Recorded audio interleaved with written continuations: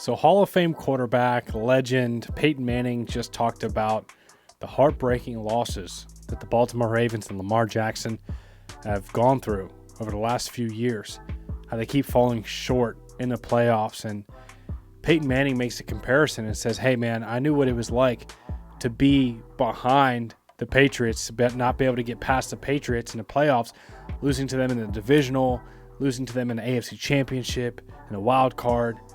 And Lamar Jackson and the Baltimore Ravens can't get past the Chiefs in the playoffs.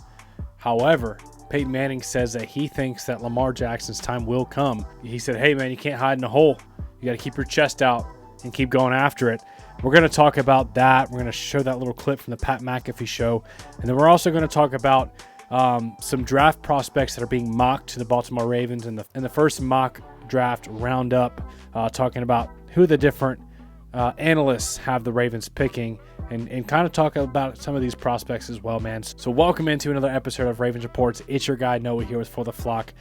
Let's dive into the content. Here's what Peyton Manning had to say on falling short in the playoffs and how Lamar Jackson can get over the hump.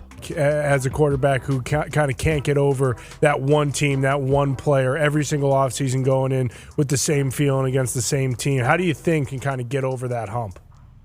Yeah, look, I can relate. I mean, I lived that life, and I sent Josh a text voice memo after the game and just telling him how much I enjoyed watching him play this year and how well he competed, and just to keep his head up, keep grinding, keep sawing wood. Look, I lived that life.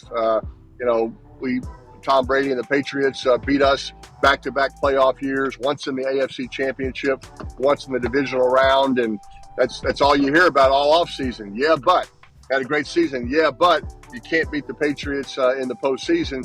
And then 2 years later, we did it.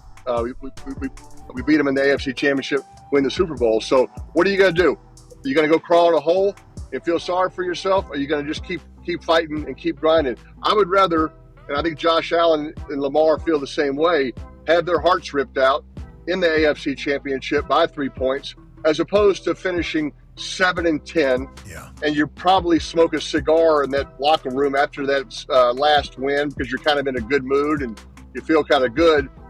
The truth is you're a bad team and you're so far away.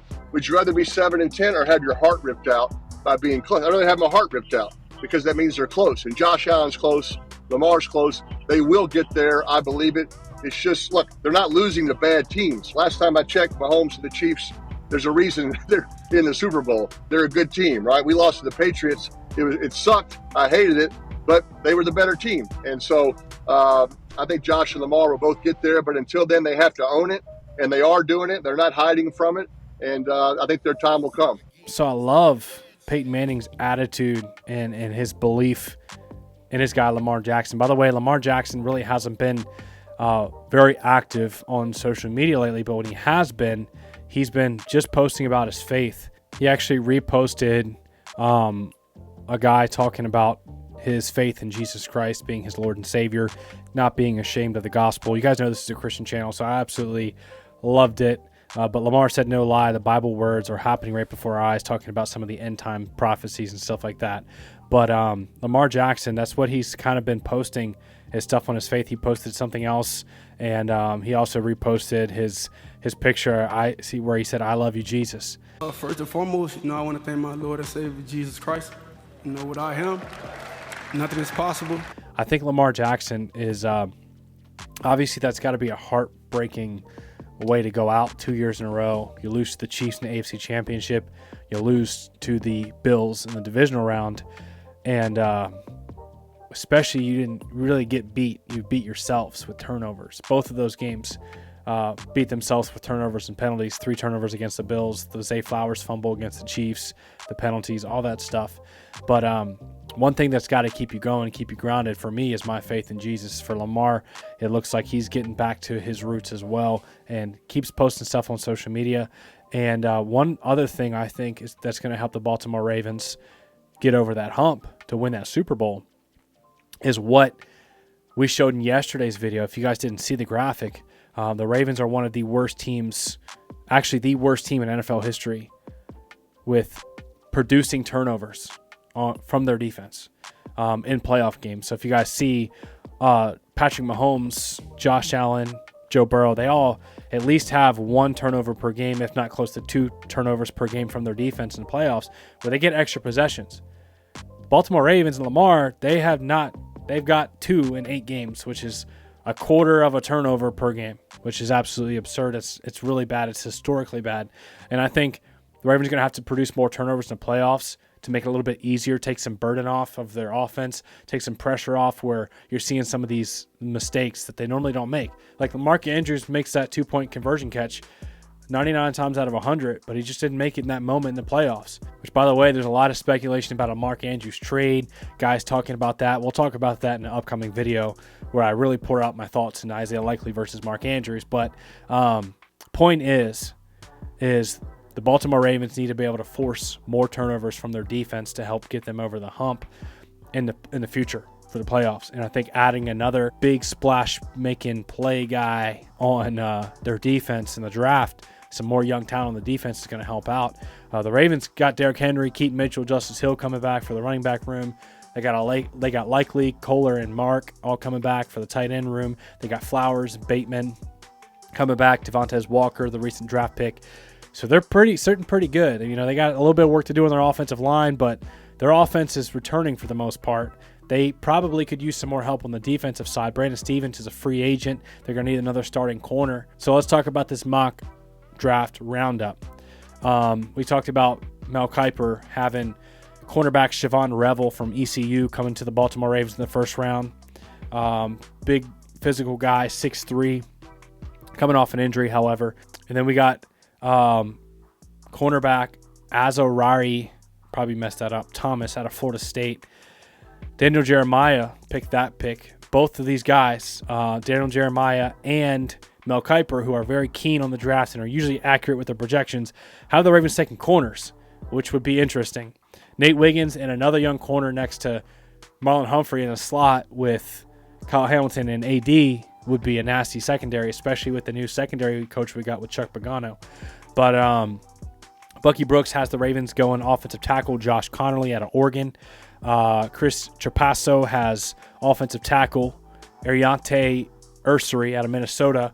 Another offensive tackle, Josh Simmons out of Ohio State for Ryan Wilson. And then edge, Shamar Stewart. Keep your eye out for edge. If a top edge guy falls that the Ravens like, look out. Shamar Stewart's nasty, man. He's so physical. He's got heavy hands, violent hands. He'd be a fun guy to bring into Baltimore. Edge, James Pierce out of Tennessee. I'm seeing some Mike Green out of Marshall. And then Trey Harris, the wide receiver out of Mississippi. So all these projections out of these major sporting media outlets have corners, offensive tackles, one wide receiver, and an edge. But the main positions they're targeting is offensive tackle and corner, which makes sense because Ronnie Stanley's a free agent, Brandon Stevens is a free agent. That's probably the need, but the Ravens don't always draft the need. They draft the best available player, and usually it works out for them. You saw it whenever they drafted Isaiah Likely.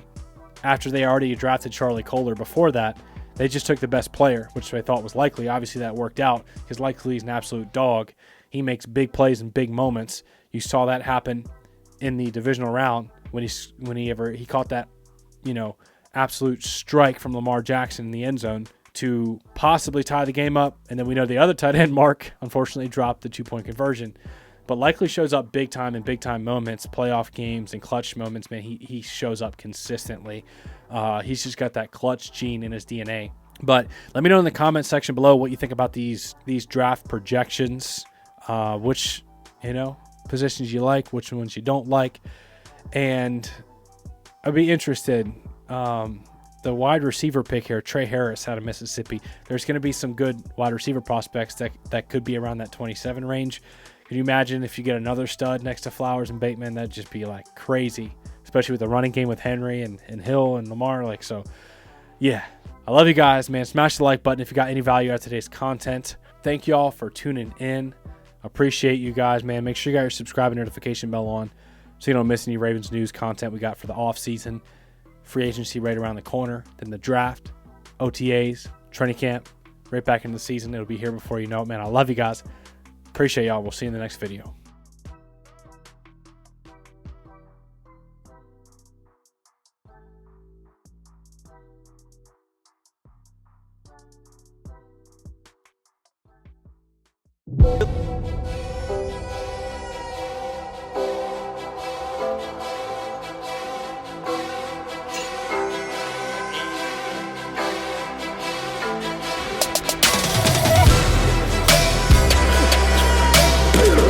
way when he wasn't looking. He ran me over.